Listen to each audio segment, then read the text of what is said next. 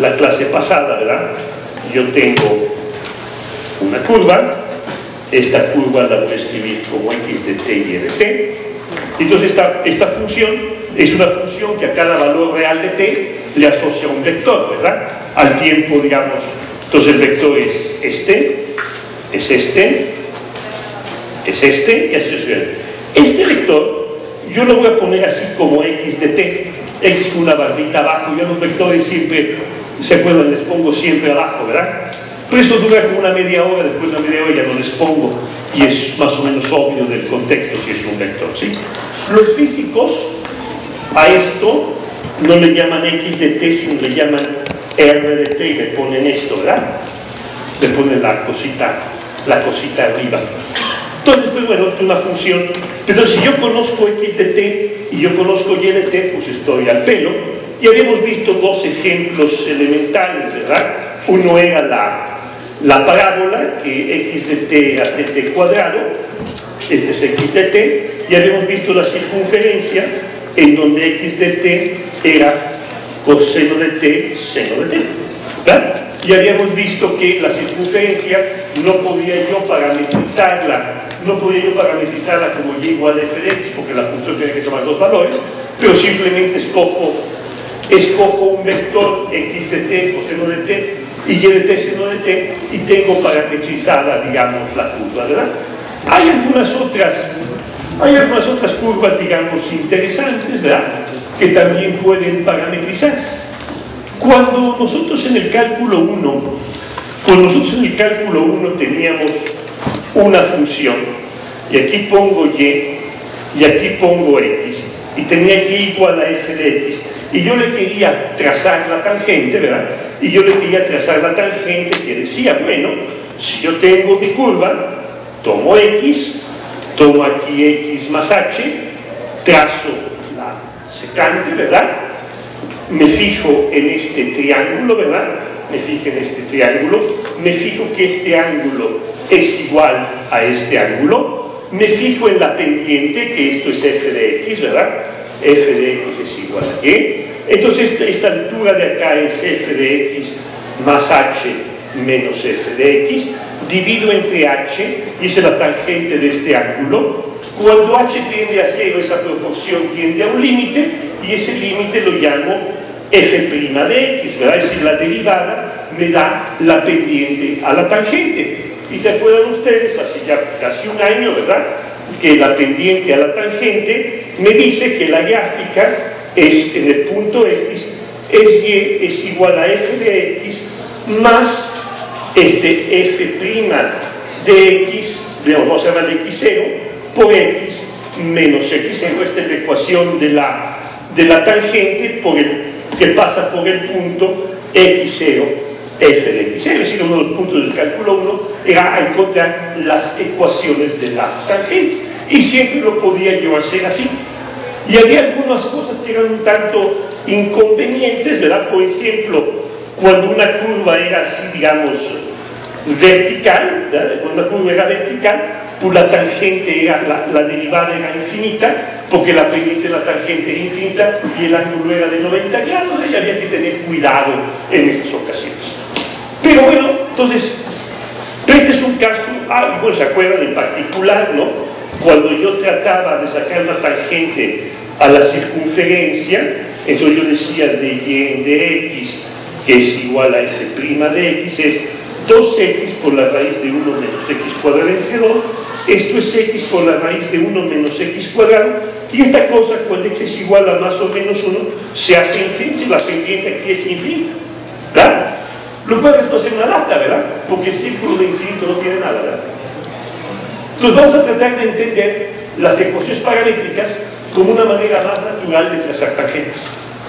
Las ecuaciones paramétricas nos van a permitir trazar tangentes, pues cuando la representación cartesiana no nos lo permite. Entonces la idea en la vida es siempre pensar en ecuaciones paramétricas y luego, en las ecuaciones necesarias, pasar a las ecuaciones cartesianas. Entonces, ¿cómo voy a trazar? Entonces, la primera pregunta es ¿cómo le trazo tangentes? ¿Cómo le trazo yo tangentes a una curva que es de la forma x de t y de t. ¿Cómo le trazo yo tangentes a una curva dada en paralelo? Pues yo podría decir, bueno, yo tengo x de t, ¿verdad? Y entonces, ¿qué puedo hacer?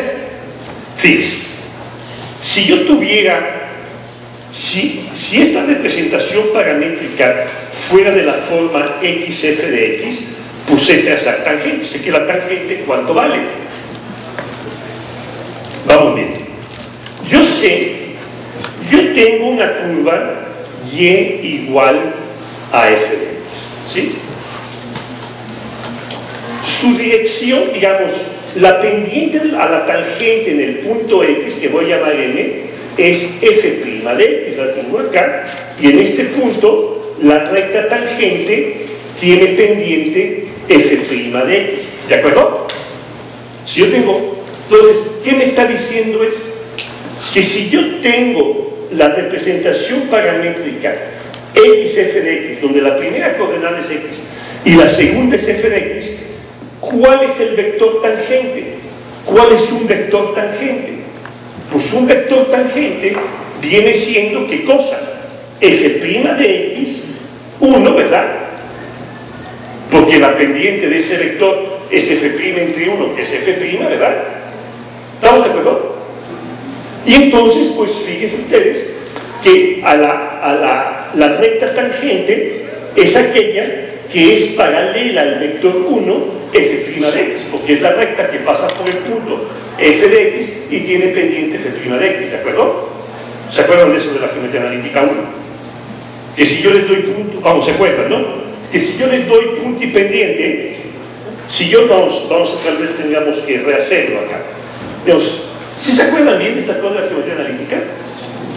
Todo al pelo, entonces puedo como que olvidarlo. Vamos a hacerlo.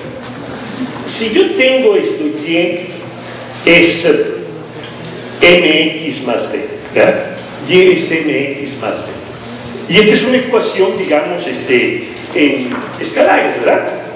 Esta es la ecuación de la recta, pues y es igual a mx más b. A él me gustaría pasar a la forma vectorial de la ecuación de la recta, ¿verdad? La ecuación de la recta, ¿qué me dice? En vectores, me dice, tómese un punto, aquí A, tómese un vector V, y entonces la recta es x de t es igual con A más t por V. ¿Estamos de acuerdo? Es decir, todos los puntos sobre la recta los obtiene usted tomando el vector A, sumándole t por V, y entonces viene siendo la recta que es paralela al vector V, pero empieza en el vector A. ¿De acuerdo? A, que está aquí, A más t. Pero también puedo dar la recta de esta manera, ¿de acuerdo? Puedo dar la recta de esta manera. Entonces, cuando yo doy la recta de esta manera, pues me gustaría encontrar la representación vectorial de la recta, ¿verdad?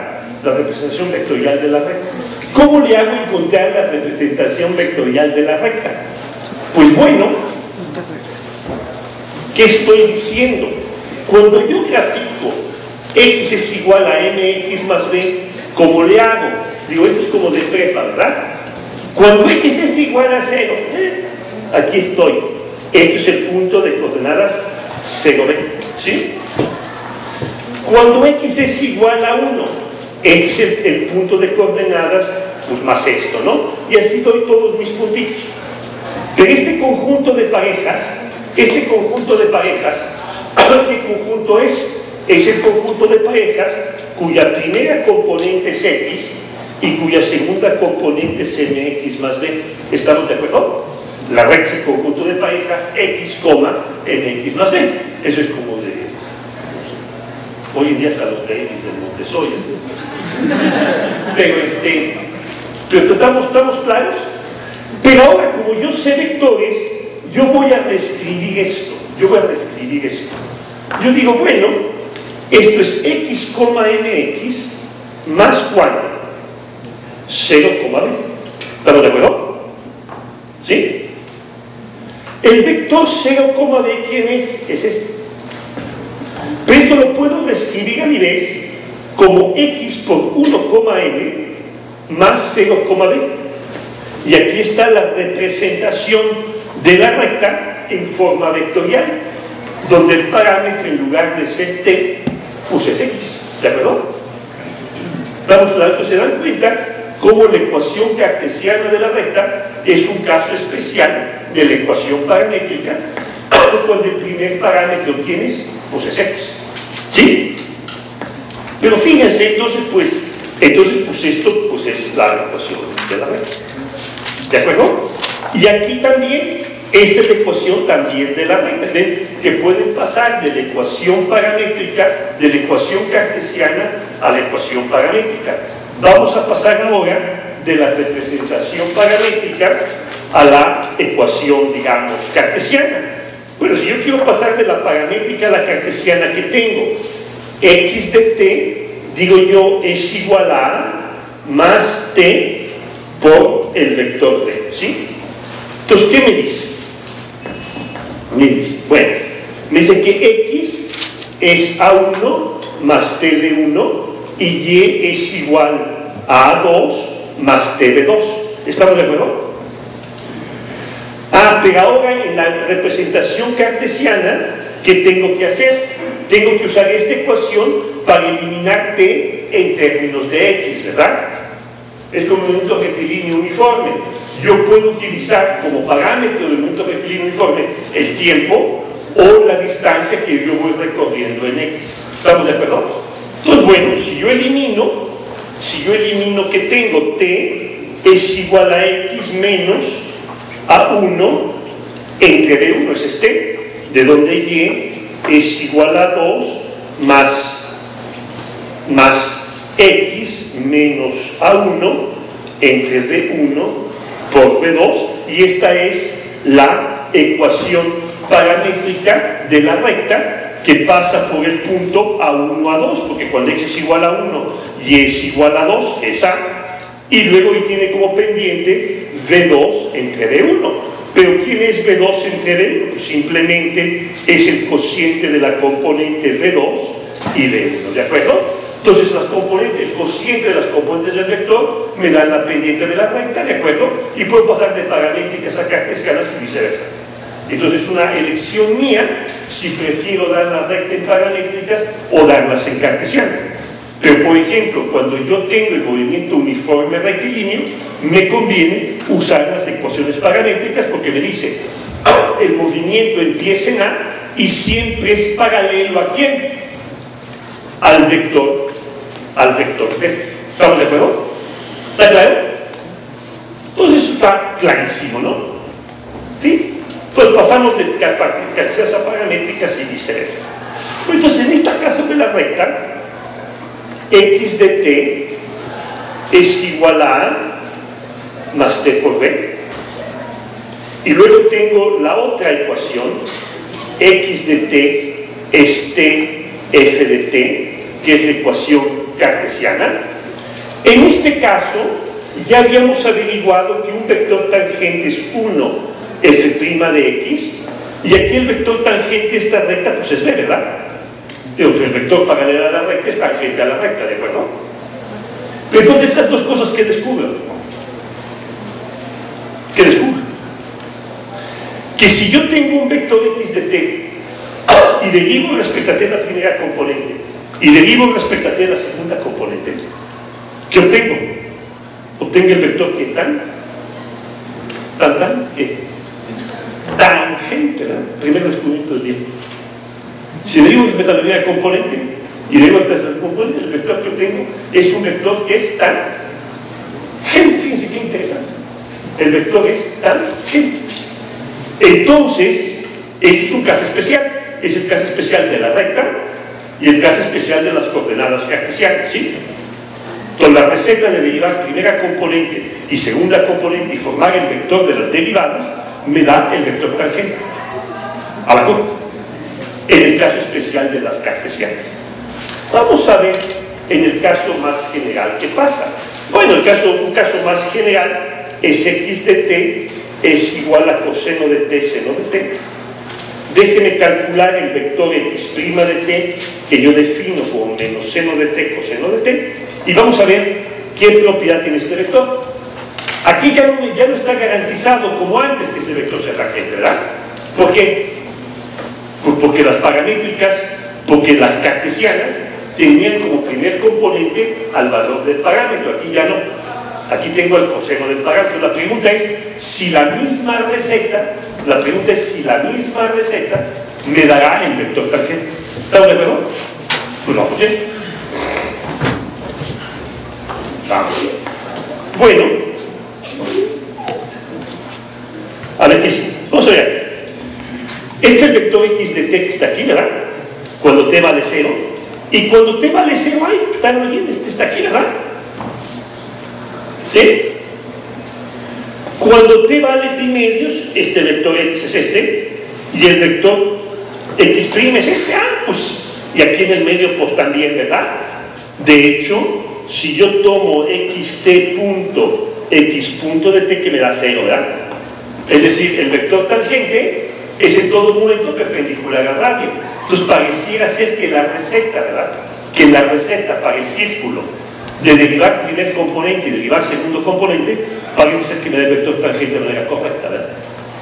Entonces pregunta, si a mí me dan cualquier curva x de t,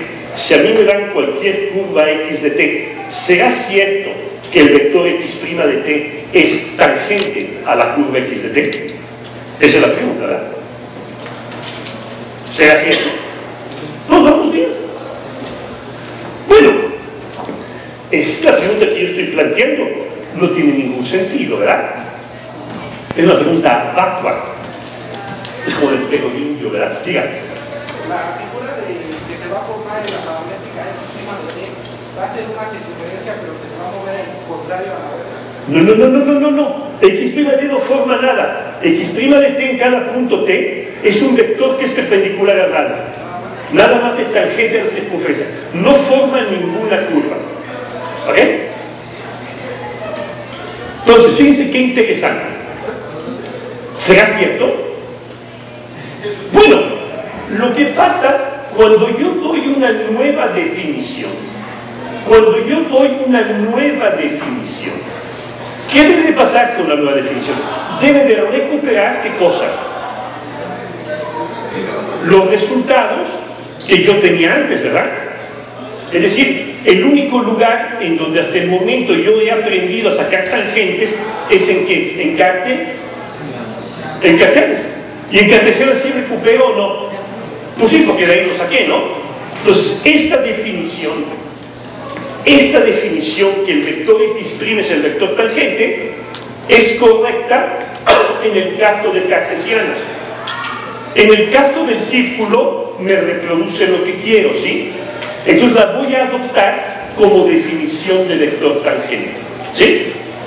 Entonces la definición de vector tangente es la siguiente. Si yo tengo una curva x de t, entonces con coordenadas x de t, y de t, entonces el vector que tiene como primera componente x' de t y como segunda componente y' de t, por definición es un vector tangente. Que esa definición tiene sentido, está bien, porque recupera el único caso que conozco, que es el de cartesiano, y recupera bien para la circunferencia. Vamos a tratar ahorita de dar una definición intrínseca de lo que es vector tangente, ¿sí? ¿De acuerdo? Vamos a dar una definición intrínseca de lo que es vector tangente. Bueno, vamos. Entonces yo tengo, y esa definición viene de la mecánica, ¿verdad? Ahí está, salió feo. Sí. Yo tengo el vector x de t. Acá tengo el vector x de t más h. Entonces, ¿cuánto recorrí? Entonces, el vector que va de aquí a acá es x de t más h menos x de t. ¿De acuerdo? Es un vector que es este, que es el vector desplazamiento. ¿En qué tiempo? En el tiempo h, ¿verdad? Como estoy en el espacio, como estoy en dos componentes, me fijo dónde estoy. en el plano al tiempo t, donde estoy al tiempo t. Yo ya tomo el desplazamiento, pero vectorial, ¿verdad? Porque estoy en dos dimensiones. Es x de t más h menos x de t. Tomo el desplazamiento por unidad de tiempo dividido entre h. Y luego tengo que tomar el límite cuando h tiende a 0 de esto.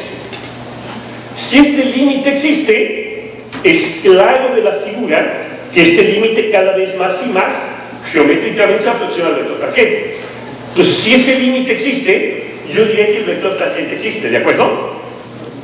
Pero yo no sé tomar límites de vectores. Sabemos tomar límites de escalares, pero no sabemos tomar límites de vectores, ¿verdad? ¿O sí sabemos?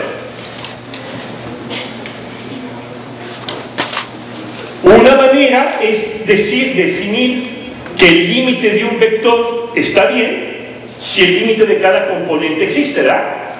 ¿Sí? Entonces, si yo voy a decir que el límite este, por definición, es el límite cuando h tiende a 0 de x de t más h menos x de t partido por h, como el límite cuando h tiende a 0 de y de t más h menos y de t, todo ello partido por h. Si estos límites existen, pues este será x' de t, y' de t, ¿de acuerdo?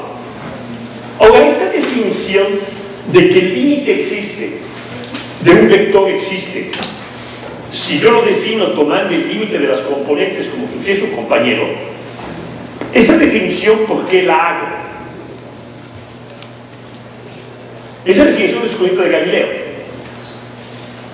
Galileo descubre que el movimiento en X y el movimiento en Y son indel. Es decir, los vectores se suman como vectores. Entonces voy a tomar la proyección del movimiento en X y voy a tomar la posición del movimiento en Y. Entonces la definición esta viene directamente del experimento, ¿sí? Yo pude haber tomado otra, ¿de acuerdo? Pero, entonces fíjense ustedes que desde el punto de vista mecánico también la definición es x', y'. Pero, digamos, si yo insisto y yo digo, ¿puedo yo definir intrínsecamente la notación, el límite de un vector? Pero la pregunta es, ¿por qué insisto que el límite del vector, y ahora yo puedo decir, el límite del vector es el mismo que el límite de las componentes? Pero yo podría preguntarme, ¿puedo yo en abstracto, solamente pensando en el vector, sin pensar en las componentes, definir lo que es un límite de un vector? ¿Cómo definiría yo intrínsecamente, si yo tengo, cómo diría yo el límite de x de t cuando t tiende a es igual a L? Lo que hemos dicho es qué cosa. Que eso por definición será si el primer componente tiende a L1 y el segundo componente tiende a L2. ¿Sí? Rompemos en componentes. Pero yo me podría preguntar en abstracto si puedo definir que el límite de un vector x de t cuando t tiende a es igual a L. ¿Cómo le haría en abstracto? Podríamos ver al vector como un punto y... Entonces, digamos, ¿el punto quién es? Es L. Y tomar una sucesión de puntos que convertiera... ¿Pero qué quiere decir? Ese es mi punto. ¿Qué quiere decir que una sucesión de puntos converjan a un punto? Hemos reducido el problema diciendo la sucesión converge a un punto si el primer componente, si su proyección sobre la primera coordenada converge y su proyección sobre la segunda coordenada converge, es lo que hemos dicho. Y suena muy razonable. ¿De acuerdo?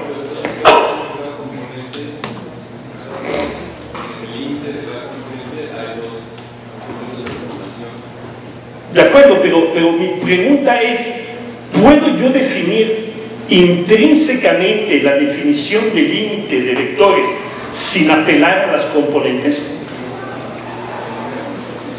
Estoy de acuerdo con ustedes que lo sensato es hacerlo por composición, toda la evidencia apunta ahí, pero el programa dice topología del plano, ¿verdad? ¿Sí, verdad? Quiero que lo iba a omitir. idea que hay un conflicto de puntos cerca de... Pero ¿qué significa una vecindad? Vamos viendo. ¿Qué hacemos en una dimensión? ¿Qué hacemos con el problema de nuestro amigo el conejo, verdad? ¿Se acuerdan todo del conejo, verdad? Entonces, pregunta es, ¿qué quiere decir? Que converja en una dimensión es que si yo marco un intervalo de 10 a la menos k alrededor del punto, después de un cierto n, todos los animalitos de la asociación caen allá adentro. ¿Sí? ¿Estamos de acuerdo? Ahora tengo que hacer lo mismo en 2 dimensiones. Híjole. Entonces yo podría en 2 dimensiones decir, bueno, yo estoy aquí, ¿y cómo puedo medir si estoy cercano? Pues voy a darme un circulito, ¿verdad? ¿De qué radio? 10 a la menos k, ¿verdad? Un circulito de radio 10 a la menos k. ¿Sí? ¿De acuerdo? Y entonces decir, bueno, si yo tengo una asociación xn de vectores, yo voy a decir que xn converge a n, si la distancia, ¿verdad? ¿De quién? x1 n, xn menos L1 al cuadrado más yn menos L2 es menor que 10 a la menos k si n es grande. ¿Estamos de acuerdo? ¿Estamos de acuerdo? Entonces yo digo, bueno, voy a marcar un disquito, ¿verdad? Pero ahí estoy siendo yo francés, ¿verdad? Porque en París está la estrella y hay disquitos, ¿verdad? Entonces si estoy cerca de la estrella estoy bien, si estoy lejos de la estrella estoy frito, ¿verdad? Pero yo también pude haber hecho de otra manera. ¿Por qué marco disquitos y pues no marco cuadritos, ¿verdad? O triangulitos o elipsoides? ¿Por qué? Yo puedo definir la cercanía en el plano con círculos, con elipsoides, con triángulos, con cuadrados, con polígonos de 28 lados. ¿Por qué no? Sí, pero ¿por qué? Yo quiero ser cercano a alguien y además equidistante, ¿verdad? ¿Por qué? Pero ¿por qué lo mismo? Digamos, vamos viendo. Si yo digo, bueno, estar cercano a este punto, tengo una elipse así, pues igual, ¿no? Digo, ¿cuál es la ventaja de usar el círculo sobre la elipse? O viceversa.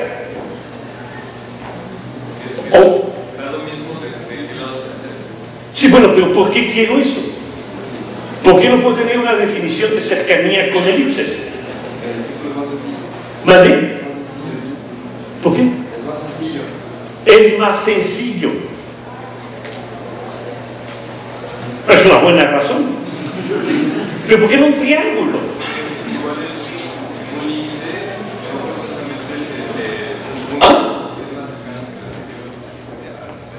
Y entonces el círculo me garantiza que hay un cierto ordenamiento, o no hace diferencia que use. Porque todos los puntos de la factura del círculo están equidistante. Sí. En cambio, en cualquier otra figura no No, bueno, pero ¿por qué insisto en ser equidistante al centro? ¿Por qué esa insistencia? Es casi metafísica, ¿no? ¿Vale? A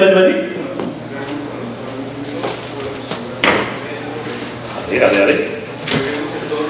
Supongo que yo soy mi triangulito y digo la sucesión de puntos converge al punto siempre y cuando que caen ahí dentro, ¿verdad? Y mientras más chiquito es el triangulito, más